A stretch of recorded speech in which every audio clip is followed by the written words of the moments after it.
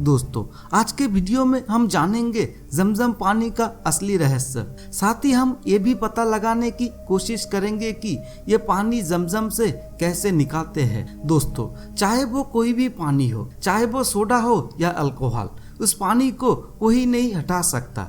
हालांकि अब जानते ही है कि पानी क्या है और इसका उपयोग किस लिए किया जाता है, इसलिए दोबारा कुछ भी कहने की जरूरत नहीं है। लेकिन क्या आप ऐसे किसी पानी के बारे में जानते हैं? कहा जाता है कि इस पानी को पीने से बीमार इंसान भी ठीक हो जाता है, इससे भूखे इंसान की भूख मिट जाती है और उस पानी को पीने से सभी कष्ट दूर हो जाती है। लेकिन अब तक आप समझ गए होंगे कि हम किस पानी की बात कर रहे हैं। जी हाँ दोस्तों, हम बात कर रहे हैं मक्का में स्थित जमजम के पानी की, जिसे आबे जमजम के नाम से भी जाना जाता है। लेकिन अब सवाल ये है, ये पानी इतना चमत्कारी क्यों है? इस्लाम धर्म के लोग इसे दुनिया का सबसे पवित्र पानी क्यों मानते हैं? आज के वीडियो में हम इन्हीं सवालों के जवाब देने जा रहे हैं। लेकिन इसके लिए आपको आज का ये वीडियो अंत तक जरूर देखना होगा। मगर उससे पहले जिन दोस्तों ने अभी तक हमारे चैनल को सब्सक्राइब नहीं किया है, वे नीचे दिए गए सब्सक्राइब बटन को प्रेस करके हमारे चैनल को सब्सक्राइब कर लीजिएगा और बगल में मौजूद घंटी आइकॉन को भी जरूर दबा दें। तो चलिए शुरू करते हैं। दरअसल दोस्तों, अब इस्लाम के सबसे पवित्र स्थान काबा के बारे में तो जानते ही होंगे।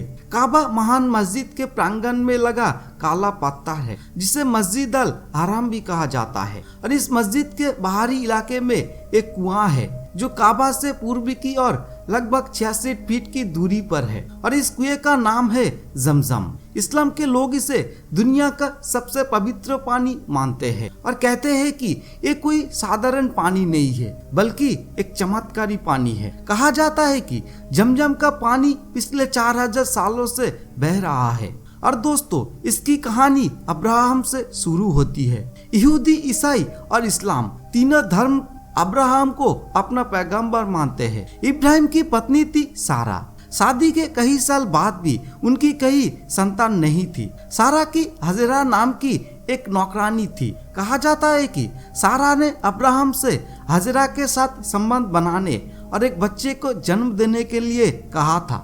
लेकिन अब बहुत से लोग जानते हैं कि उसके बाद क्या हुआ, ये कैसे हुआ, इसके बारे में कई कहानियां मौजूद है। कुछ लोगों के अनुसार सर्वशक्तिमान अल्लाह ने इब्राहिम को इस्माइल और हजेरा को मक्का की बंदर घाटी में छोड़ने का आदेश दिया। कुछ कहानी ऐसे भी है जिनमें सारा ने इब्राहिम से हजेरा और उसके बेटे इस्माइल को कहीं दूर छोड़ने के लिए कहा था। इसलिए एक दिन इब्राहिम हजेरा और इस्माइल को लेकर हरे भरे इलाकों और पहाड़ों के पार कर रेगिस्तान में पहुंच गया, जहां आज मक्का बना हुआ है। और इस रेगिस्तान में एक भी छाया नहीं था, वहां कोई पेड़ भी नहीं था, पानी की एक बूंद भी नहीं थी। इस स्थिति में इब्राहिम ने हाजिरा और इस्माइल को कुछ पानी और कुछ भोजन के साथ वहां पर छोड़ दिया। और जब वो जाने लगा तो उसने हजेरा से कहा, अल्लाह तुम्हें जरूर ख्याल रखेगा।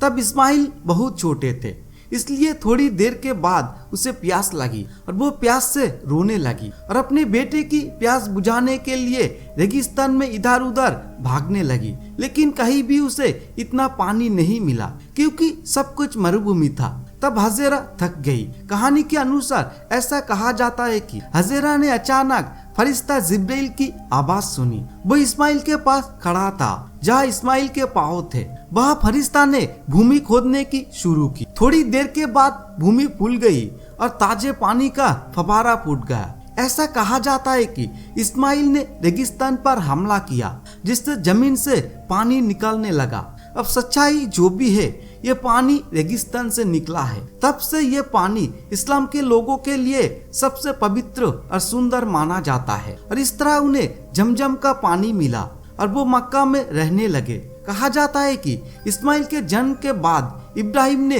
हजरा से शादी की और इसी परंपरा के माध्यम से पैगंबर मोहम्मद का जन्म हुआ, जिससे इस्लाम धर्म की शुरुआत हुई।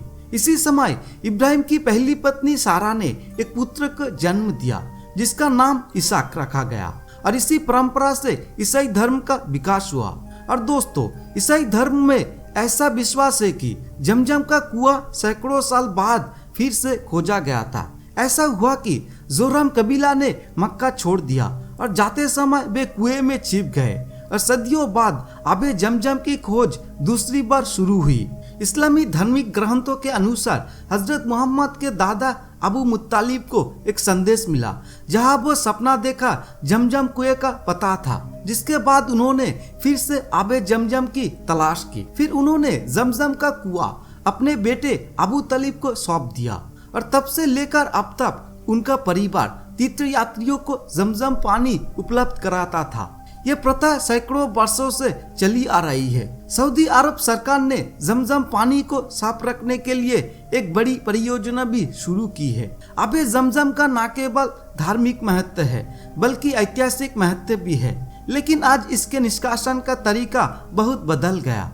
पहले लोग रस्सियों और बाल्टियों की मदद से पानी निकालते थे, लेकिन बाद में जमजम के कुएं को ढक दिया गया, जिसके कारण लोग कुएं को केवल शीशे के माध्यम से ही देख पाते हैं। पानी उठाने के लिए इलेक्ट्रिक पंपों का इस्तेमाल किया जाने लगा। अब इतना ही नहीं, जमजम पानी के लिए प्रतिदिन 2 लाख बोतलें बनाई जाती है, जिन्हें तीर्थयात्रियों अपने साथ ले जाते हैं, क्योंकि उनके मुताबिक जमजम का पानी बहुत पवित्र है, इसलिए लोग इन्हें घर ले जाते हैं। ये बीमारों के लिए दवाई का काम करता है और मुसलमानों का मानना है कि इस पानी को पीने से उनकी सभी समस्याएं दूर हो जाएंगे।